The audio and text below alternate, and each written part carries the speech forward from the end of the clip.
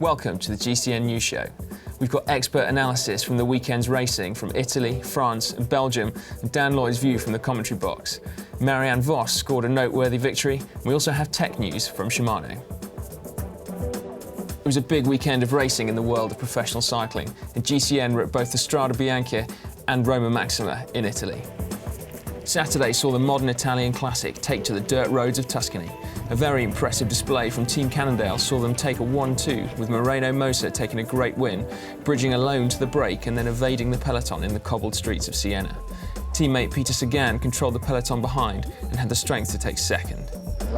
Today Peter has helped me behind in the group, so yeah, we are a great team. All the team has worked all the day for us, for me and Peter, so this victory is for all the team. Although Sunday's Roma Maxima was the return of a forgotten classic, the Giro del Lazio, such was the freshness and excitement surrounding this race, it felt like a new event entirely. There was a suitably epic victory for this epic setting. Frenchman Blaise Cadry of AG Desert dropped his breakaway companions and soloed for 40 kilometres, holding off a small peloton who had seemingly forgotten he was out there. Pippo Pozzato mistakenly celebrating his second place, but taking it in good grace. Dan Lloyd, GCN's very own nomad, is out in Italy and joined us earlier for a hangout. Dan, great to see you. Let's start with Strade Bianche, shall we? That looked like a great race. What are your thoughts on it? Oh, it is a fantastic race. Quite young when he started in 2007, but some great winners already. Cancellara's won it twice, Glinsky, Kolobnev, and this year Moser, who's won for the future, I think. He's only 22 years old. It's the second time he's done this race. He took it in some style, and I think, as I said, in years to come we're going to see him win some huge races, but I also think in years to come the Strade Bianche itself is going to be a huge race. Yeah. Now, you mentioned Moser there from the Cannondale team. It looked very much like Cannondale just absolutely nailed their tactics, what with Sagan in the bunch, keeping things in control. Do you think that was the case? And if it is, are we going to see Cannondale dominate more of these classics?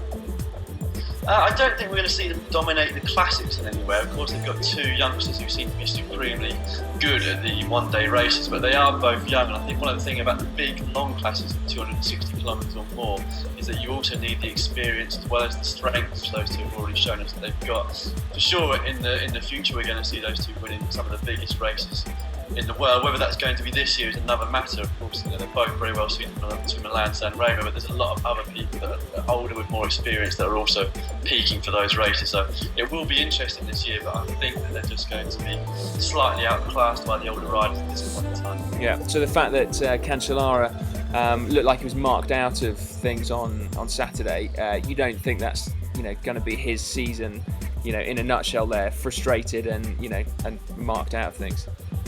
Well, I think despite the fact that he won last year, it's not the biggest goal on his calendar. Those are still to come, starting with Milan-San Remo in around about 2 weeks' time, and then following on with Flanders and Roubaix. He's always a marked man. I mean, he's been around for so long, he's won so many of these races before that, just being on the start line, everybody looks at him and everybody looks at him during the race. When he is on form, it doesn't matter if he's marked or not. He can just accelerate away, and of course, give him an inch and he takes a mile, and it's very difficult to get him back again. So if he does get back to the top form, then, as I said, it doesn't matter if he's marked or not, he can still win.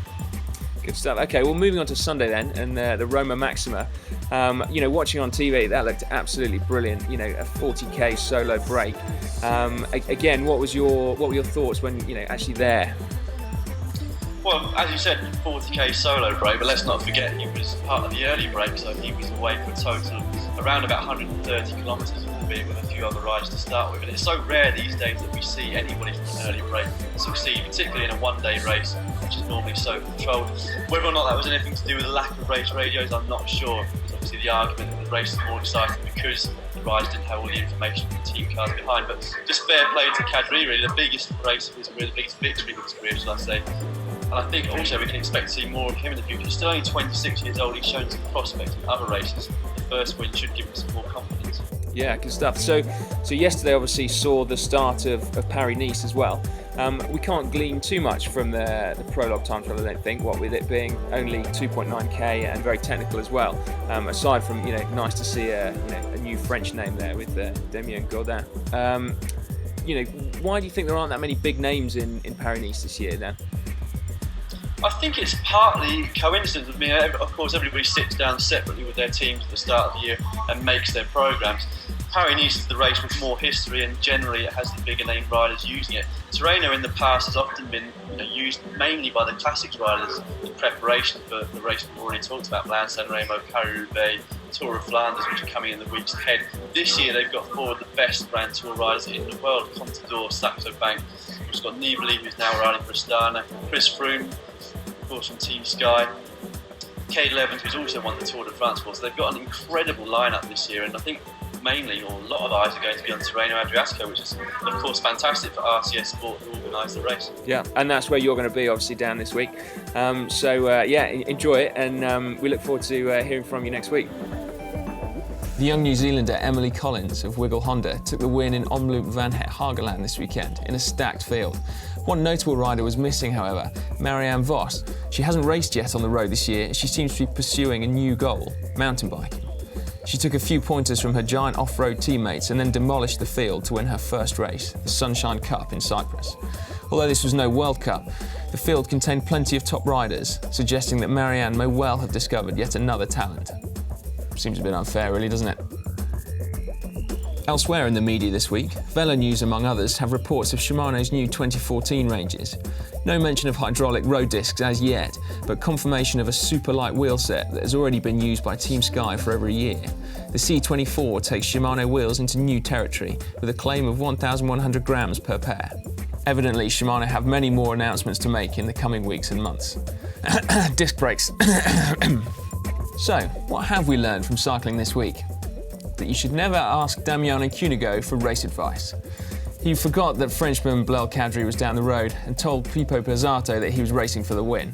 Pizzato took his embarrassment in good grace. Journalist Daniel Friebe reported on Twitter, Pizzato had said, "Insult me if you want, but I didn't realise. Made a right twat out of myself." Still, beautiful race. Finally, don't forget to enter our competition. You can do so up there. To say thank you for all the support we've had over our first couple of months, we're giving away a Garmin Edge 510 to one lucky subscriber. And if you haven't subscribed already, you can do so for free up there. Thanks for watching.